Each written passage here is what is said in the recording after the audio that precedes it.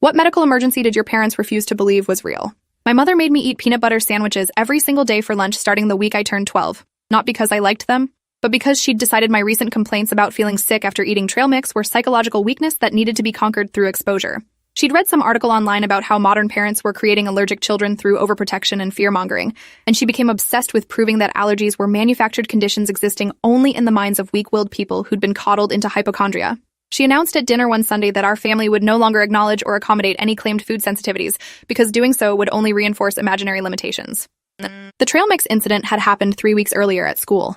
I'd eaten some from a bag my friend Olivia shared during lunch, and within 20 minutes my mouth felt strange and tingly, like I'd burned it on hot soup. My tongue started swelling slightly, and I felt nauseous enough to visit the school nurse, who gave me Benadryl and called my mother to pick me up early. Mom arrived irritated that her workday had been interrupted for what she deemed dramatic attention-seeking. She lectured me the entire drive home about the power of suggestion and how reading food labels created psychosomatic reactions in suggestible minds. When I tried explaining that the tingling and swelling were real physical sensations, she cut me off and said that was exactly how the mind manifested imaginary problems into physical symptoms. My father stayed silent during these lectures, which was his standard response to most family conflicts. He worked long hours as an accountant and seemed to view parenting as something that happened around him rather than something requiring his active participation. When Mom announced her new policy about food sensitivities, Dad just nodded and went back to reading his newspaper. My 8-year-old brother Felix looked between us with worried eyes but didn't say anything either. We'd all learned that disagreeing with Mom when she latched onto an idea only made things worse. The peanut butter sandwich protocol started the next Monday. Mom made my lunch every morning before work. Always the same thing. 2 thick slices of whole wheat bread with a generous layer of natural peanut butter, an apple, and a bottle of water. She watched me pack it into my lunch bag each morning, explaining that consistency was important for retraining my mind to understand that peanuts were harmless protein sources, not threats. I tried arguing that maybe I should just avoid peanuts if they made me feel sick, but she called that defeatist thinking. She said humans had eaten nuts for thousands of years, and only in the last generation had this allergy epidemic appeared, which proved it was psychological rather than biological. The first sandwich made my mouth tingle within 3 bites. I threw most of it away and bought chips from the vending machine instead, using money I'd saved from my allowance. That evening, Mom asked how lunch went, and I lied, saying it was fine. I didn't want another lecture about weakness and manufactured illnesses. She seemed pleased and said we'd continue the protocol until my mind learned that peanuts posed no threat. I nodded and excused myself to do homework, my stomach churning with anxiety about the next day's lunch. I managed to avoid eating the sandwiches for almost 2 weeks by throwing them away and buying alternative lunches. But Mom checked my account balance when she added my monthly allowance and noticed I'd been spending money at school. She asked what I was buying, and I stammered something about snacks and school supplies. She pulled up the cafeteria purchase history online and saw the pattern of chip and pretzel purchases during lunch periods. Her expression hardened, and she asked directly if I'd been eating the sandwiches she made. I hesitated too long before answering, and she knew. The confrontation happened that evening after dinner. Mom called a family meeting in the living room and announced that I'd been deceiving her about eating the peanut butter sandwiches, wasting food, and wasting money to reinforce my psychosomatic condition. She said this behavior demonstrated exactly the kind of weakness she'd been trying to eliminate, and clearly, a new approach was needed. From now on, she would supervise my lunch consumption directly. She'd arranged with my school principal to take her lunch break at the same time as my lunch period, and she'd eat with me in the cafeteria to ensure I consumed the entire sandwich while she watched. My stomach dropped at this announcement. Having my mother supervise my lunch like I was a toddler who couldn't be trusted would be humiliating in front of my classmates. Felix looked at me with sympathy, but said nothing. Dad made a small sound that might have been objection, but when Mom turned to look at him, he went quiet and stared at his hands. She continued explaining that this intervention was necessary because I'd proven I couldn't be trusted to follow through on my own, and enabling my avoidance would only deepen my psychological dependence on imaginary limitations. The supervised lunches started the next day. Mom arrived at the cafeteria at noon with her own lunch and sat across from me at my usual table. My friends scattered to other tables, clearly uncomfortable with a parent's presence.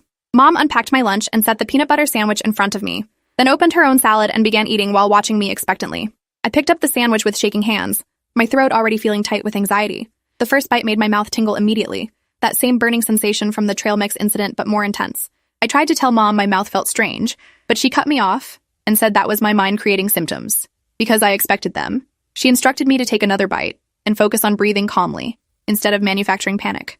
I took a second bite, and the tingling spread to my lips and tongue, which started feeling swollen and strange. My throat felt scratchy and uncomfortable. I set the sandwich down and said I really didn't feel well, that something was wrong. Mom's expression hardened and she told me to stop performing and finish eating. When I hesitated, she leaned forward and said in a low, firm voice that I would eat every bite of that sandwich, or she'd make me eat 2 sandwiches tomorrow while she watched. I forced myself to keep eating despite the growing discomfort in my mouth and throat. By the 4th bite, my tongue felt genuinely swollen, and my breathing seemed slightly harder than normal. I started to panic, which Mom immediately seized on as proof of psychological reaction. She told me to calm down, that my breathing was fine and I was working myself into hysteria. She made me finish the entire sandwich while she sat there watching with this satisfied expression like she was winning some battle against modern parenting weakness. When lunch ended, I felt sick and shaky, but Mom seemed pleased with herself as she walked me to my next class. That afternoon, I developed hives on my arms and chest. The school nurse noticed them during gym class and sent me to her office. She asked what I'd eaten for lunch, and when I told her about the peanut butter sandwich, her expression shifted to concern. She called my mother and suggested I might be developing a peanut allergy that needed medical evaluation. I could hear Mom's sharp voice through the phone, explaining that the school was enabling my psychosomatic behavior, and she wouldn't waste money on unnecessary medical tests for an imaginary condition. The nurse tried to argue that hives were an objective physical symptom, but Mom cut her off and said skin reactions could be caused by stress and anxiety, which I was clearly experiencing due to excessive accommodation of my fears. The nurse gave me Benadryl again and made detailed notes in my file. Before I left her office, she asked quietly if I felt safe at home. The question startled me. I nodded automatically, though I wasn't sure it was true. She made me promise to come see her immediately if I had any trouble breathing or if my throat felt swollen after eating. She wrote down symptoms of anaphylaxis on a card and made me keep it in my pocket. Her concern made me feel both validated and terrified. If a medical professional was worried, maybe my mother was wrong. But if my mother was wrong, that meant she was deliberately hurting me while believing she was helping, which was somehow more frightening than the physical symptoms. The supervised lunches continued for another week. Each day, the reactions got slightly worse. The tingling in my mouth intensified. My tongue and lips swelled more noticeably. The hives spread across my torso and arms. My throat felt scratchy and uncomfortable for hours after lunch. But Mom remained convinced these were psychosomatic manifestations that would disappear once my mind accepted that peanuts weren't dangerous. She started documenting my reactions in a notebook, describing them as behavioral performances rather than medical symptoms. She'd write things like excessive theatrical displays of discomfort and manipulative breathing patterns designed to elicit attention. Felix started having nightmares. He'd wake up crying in the middle of the night, and when Mom asked what was wrong, he'd say he dreamed I couldn't breathe. She told him he was being dramatic like his sister and sent him back to bed. But during the day, Felix started following me around the house with worried eyes. He asked me once if I was okay, and I lied and said yes because I didn't want him to worry more. He was 8 years old and already understood that disagreeing with Mom about my situation would only cause problems. The helplessness in his face haunted me. Dad's role in all this was absence disguised as neutrality. He went to work early and came home late. When he was home, he retreated to his office or the garage. The few times I tried to tell him I was genuinely scared about the reactions I was having, he'd pat my shoulder awkwardly and say Mom knew best about these things since she'd researched it so thoroughly. He seemed to believe that his lack of medical knowledge excused him from having an opinion, which really meant he was choosing not to protect me because protecting me would require confronting Mom. The crisis happened 3 weeks into the peanut butter protocol, during a family dinner on a Friday night. Mom had made chicken stir-fry with a peanut sauce, announcing proudly that she was expanding my exposure therapy beyond just sandwiches. I stared at my plate with growing dread, knowing that eating this would trigger worse reactions than the sandwiches had. I tried to politely decline, saying I wasn't very hungry, but Mom's expression went cold. She said I would eat what was served and she wouldn't tolerate any more manipulation or avoidance. I took a small bite of chicken covered in the peanut sauce. The tingling started immediately, more intense than ever before. My mouth and throat began feeling strange and tight. I set down my fork and said I really couldn't eat this. Something was wrong. Mom slammed her own fork down and accused me of being deliberately dramatic to avoid confronting my psychological issues. She said I would sit at that table until I cleaned my plate, even if it took all night. Dad looked uncomfortable, but said nothing. Felix stared at his own plate, fork frozen halfway to his mouth. I forced down another bite, then another, my throat getting progressively tighter and more uncomfortable. Breathing started feeling difficult, like sucking air through a narrow straw. My chest felt heavy and strange. Hives erupted across my arms and neck. I stood up from the table, genuinely panicking now, and tried to tell Mom I couldn't breathe properly. She stood up too and accused me of performing, of putting on a show for attention. Her face was flushed with anger, and something that looked like desperation, like she needed me to be faking this because the alternative meant admitting she'd been wrong. My breathing got rapidly worse. I was wheezing now, each breath a struggle. My throat felt like it was closing. I grabbed at my neck, terrified, and tried to tell them I needed help. Mom screamed that I was being theatrical and demanded I sit back down and finish eating. The room started spinning. I couldn't get enough air. My vision went spotty around the edges. I heard Felix crying, his voice high and panicked, begging Mom to call 911. She yelled at him to be quiet and stop feeding into my manipulation. That's when Felix did something that probably saved my life. He ran from the table and bolted out the front door, heading toward our neighbor's house. Mom ran after him, shouting for him to come back immediately. I collapsed onto the dining room floor, my airway so constricted I could barely pull in any oxygen at all. Dad finally moved, kneeling beside me with his phone, his hands shaking as he dialed 911. His voice cracked as he told the operator his daughter was having some kind of allergic reaction and couldn't breathe. Through my fading consciousness, I heard Mom yelling outside and Felix screaming for help. Our neighbor, Mrs. Alvarez, appeared in the doorway moments later with Felix clinging to her side. She took one look at me on the floor and immediately asked Dad if I'd been given an EpiPen. He stared at her blankly, not understanding the question. Mrs. Alvarez cursed under her breath and told him she'd be right back. She ran to her own house and returned 30 seconds later with an epinephrine auto-injector. She didn't hesitate, jamming it into my thigh through my jeans and holding it there while the medication discharged. Mom was screaming in the background about Mrs. Alvarez overstepping and interfering with family matters, but Mrs. Alvarez ignored her completely. The epinephrine hit my system like a lightning bolt. My throat started opening up almost immediately, air rushing back into my lungs in painful, desperate gasps. Mrs. Alvarez kept her hand on my shoulder, telling me to breathe slowly and evenly, that the paramedics were coming and I was going to be okay. My heart was racing from the epinephrine, pounding so hard I could feel it in my skull, but I could breathe again. The relief was overwhelming. I started crying from fear and gratitude, and the adrenaline coursing through my system. The paramedics arrived within 6 minutes. They immediately started assessing my condition, checking my vitals and oxygen levels, asking what I'd eaten and what symptoms I'd experienced. Mom tried to intervene, insisting this was all psychological and they were reinforcing my attention-seeking behavior by treating it as a medical emergency. One of the paramedics, a woman named Gloria, turned to my mother with an expression of barely controlled fury. She said my oxygen saturation had been dangerously low, and I'd been in full anaphylactic shock when they arrived. This wasn't psychological. This was a life-threatening allergic reaction that required immediate medical intervention.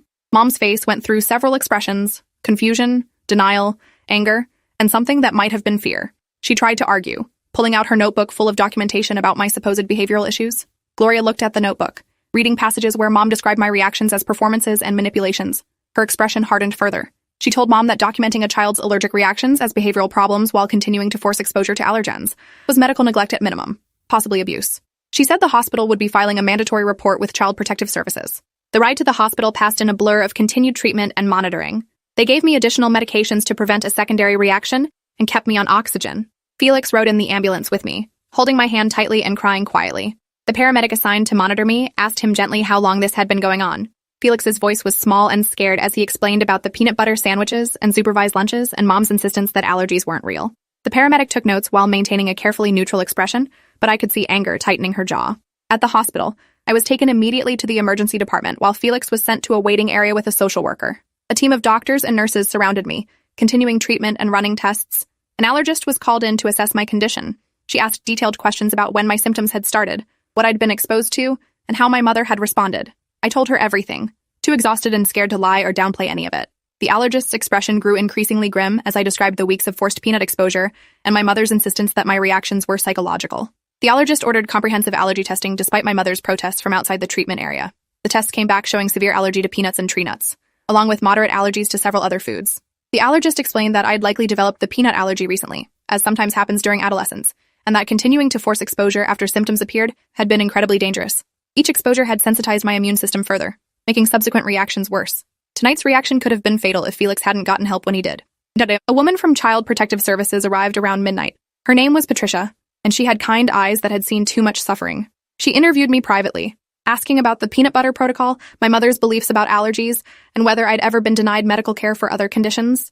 I explained everything as clearly as I could, my voice hoarse from the throat swelling. Patricia took detailed notes and assured me that she would investigate thoroughly. She asked about Felix and whether he was safe at home. I told her Felix had saved my life tonight by running for help, and I was terrified what Mom might do to him for disobeying her.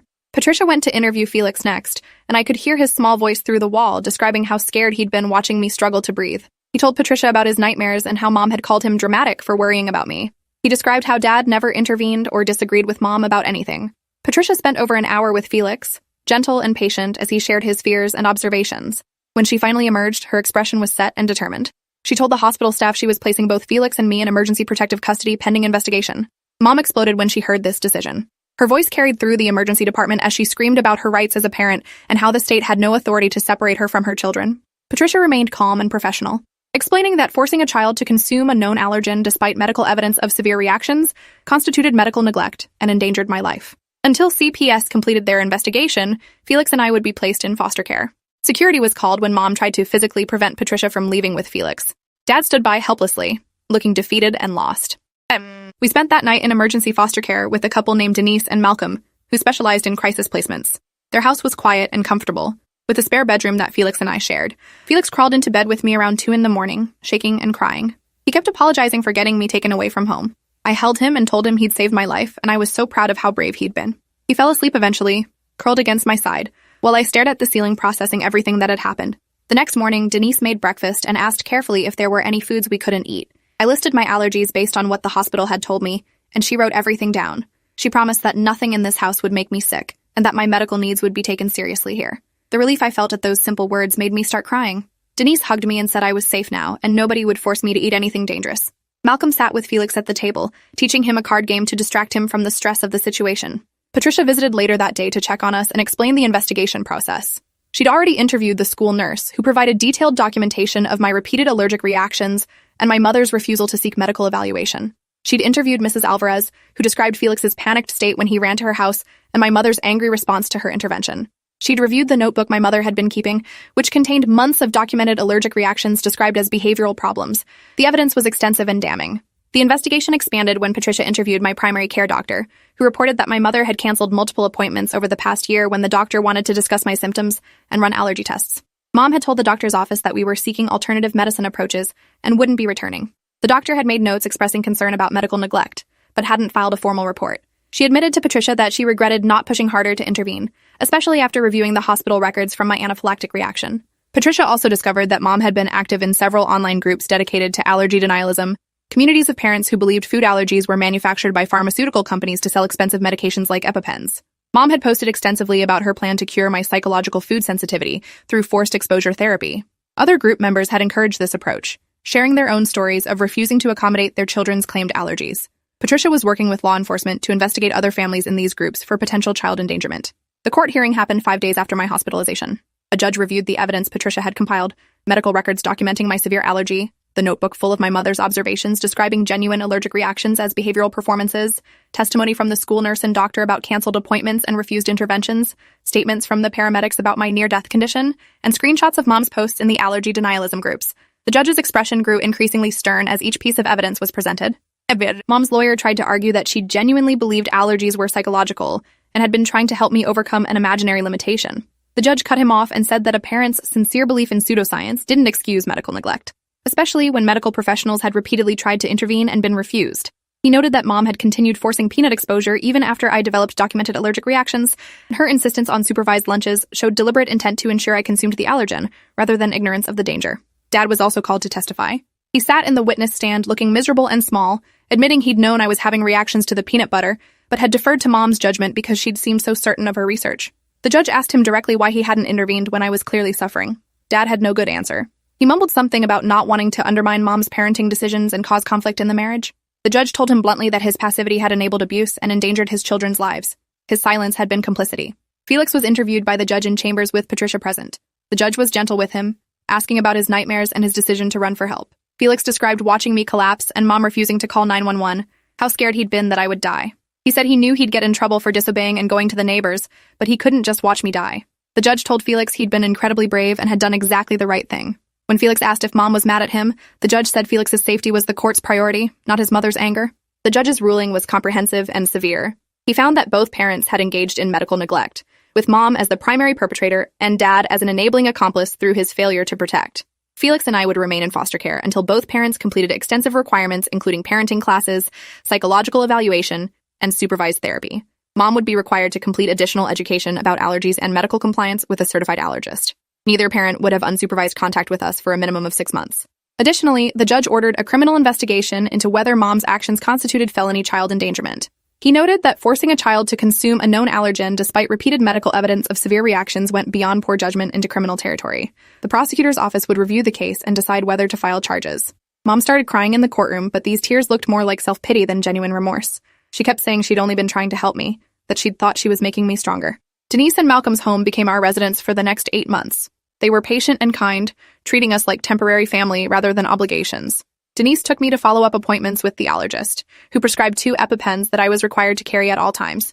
She taught me how to read labels carefully and advocate for my medical needs. The allergist was blunt about how serious my allergy was and how close I'd come to dying. She said that another exposure to peanuts without immediate epinephrine would likely be fatal. Felix thrived in the stability of Denise and Malcolm's house. His nightmares gradually decreased. He made friends at his new school and joined a soccer team. Malcolm taught him how to cook and do basic home repairs, father figure activities our actual father had never engaged in. Felix slowly stopped asking when we could go home and started calling Denise and Malcolm's house home instead. I felt guilty relief that he was healing in a way that suggested maybe we shouldn't go back. The supervised visits with our parents were awkward and tense. They happened twice a month at a CPS office with a social worker present. Mom spent the first several visits trying to justify her actions, insisting she'd been trying to help and had been misled by incorrect information online. The social worker had to remind her repeatedly that the visits were for rebuilding relationship with us, not defending herself. Eventually, Mom started focusing more on asking about school and our lives with Denise and Malcolm, though the conversations felt forced and uncomfortable. Dad was quiet during these visits, clearly unsure how to interact with us now that his passive approach had been exposed as harmful. He brought small gifts sometimes, books he thought I'd like, a soccer ball for Felix, but he seemed unable to have real conversations about what had happened or offer genuine apologies. Felix started refusing to engage with Dad after a few months, just sitting silently during visits until time was up. I tried to maintain some connection, but it felt like performing relationship with a stranger. The therapy sessions revealed deeper problems in our family system. Mom's obsession with strength and overcoming weakness came from her own childhood, with a father who'd called her weak for having asthma. She'd internalized his messages so deeply that when I developed a real medical condition, she couldn't separate it from her own childhood trauma. She saw my allergy as a manifestation of the weakness her father had accused her of possessing, and curing me became a way to retroactively prove her father wrong. The therapist pointed out that Mom had essentially been torturing me to resolve her own unresolved trauma. Dad's passivity was rooted in his own family history of conflict avoidance. His parents had fought constantly during his childhood, and he'd learned that staying quiet and invisible was the safest approach. He'd carried that pattern into his marriage, enabling Mom's harmful choices because confronting her would require the kind of conflict he'd spent his life avoiding. The therapist challenged him to understand that protecting his children required tolerating discomfort and standing up to harmful behavior, even when it meant conflict with his spouse. Felix's therapy sessions focused on helping him process the guilt he felt about getting help when Mom told him not to. He'd internalized the message that disobeying parents was always wrong, and he struggled with having been the one to bring outside intervention to our family.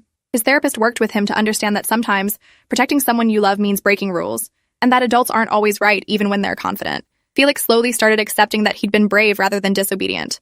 My own therapy involved processing the medical trauma of repeated allergic reactions and the betrayal of having a parent deliberately cause them. I had nightmares about choking and not being able to breathe. I developed anxiety around mealtimes, even in safe environments, always worried that something would trigger a reaction. The therapist taught me grounding techniques and helped me rebuild trust in my own body's signals. She emphasized that my instinct that something was wrong had been correct, and learning to trust those instincts again was crucial for my safety.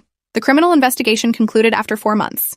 The prosecutor filed charges against Mom for felony child endangerment and reckless endangerment. The charges were based on her documented pattern of forcing peanut exposure despite medical evidence of severe allergic reactions, particularly the supervised lunches that showed deliberate intent to ensure consumption. Her posts in the allergy denialism groups served as evidence of premeditation. Dad wasn't charged criminally but faced potential civil liability for failure to protect. Mom's trial happened quickly. Her lawyer tried to mount a defense based on sincere belief in alternative medical theories, but the prosecution demolished this argument by showing that multiple medical professionals had attempted to intervene and been refused. They presented testimony from the allergist about how dangerous repeated exposures had been and how close I'd come to death. They showed the jury Mom's notebook describing my genuine medical symptoms as behavioral performances. They played a recording of Felix's 911 call to Mrs. Alvarez. His small voice panicked and terrified as he begged for help while Mom screamed in the background. The most damaging evidence was Mom's own testimony. She took the stand against her lawyer's advice and spent 3 hours defending her belief that allergies were psychological and explaining how she'd been trying to strengthen my character. She genuinely seemed to believe she'd been a good parent making tough choices to help me overcome weakness. The prosecutor asked her directly if she understood that her actions had nearly killed me. Mom hesitated, then said that if I died, it would have been from psychological weakness rather than peanuts, because the mind could create any physical reaction it believed in strongly enough. The jury deliberated for less than 2 hours. They found Mom guilty on both felony counts. The judge scheduled sentencing for 3 weeks later. During that time, CPS updated their recommendations for our case. They suggested that Felix and I remain in foster care indefinitely, with Mom required to complete at least 2 years of intensive therapy before any consideration of reunification. Dad could potentially have supervised visitation, escalated to unsupervised if he continued making progress in therapy, but Felix and I would have input into whether we wanted that relationship. Mom's sentencing was devastating for our family in complicated ways. The judge sentenced her to 3 years in state prison, followed by 5 years of probation. He told her directly that she'd tortured her child while claiming to help, that she'd ignored medical professionals who tried to intervene, and that her complete lack of remorse or understanding even during trial demonstrated she remained a danger. He said that parents who genuinely harmed children while believing they were helping were still dangerous because sincere wrong belief didn't prevent real damage. Felix and I testified during the sentencing phase about the impact of Mom's actions.